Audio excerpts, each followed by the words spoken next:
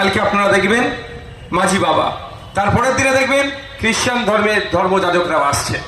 সুতরাং এটা একটা ইউনিটির একটা বার্তা এখান থেকে দিচ্ছে। আজকে আমরা যে ধন্যবাদ চারটে বিষয়কে সামনে রেখে করছি। প্রথমত হচ্ছে 2025 সালে শুধু সংখ্যার জোর দেখিয়ে কেন্দ্রের বিজেপি সরকার মুসলিম সম্প্রদায়ের পূর্বপুরুষে রেখে যাওয়া ওয়াকফ সম্পত্তিকে কেড়ে নেওয়ার অপচেষ্টা চলছে। এই আইন প্রত্যাহারের জন্য আমরা যেমন সুপ্রিম কোর্টে মামলা করেছি, মাঠে ময়দানে আমরা লড়াই করছি, লড়াই করে যাব।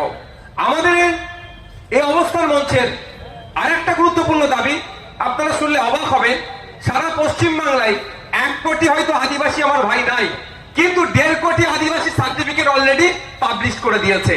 তার পরিবর্তে কি হচ্ছে, রহমান টাইটেল, রহমান আদিবাসী কোটায় চাকরি পাচ্ছে।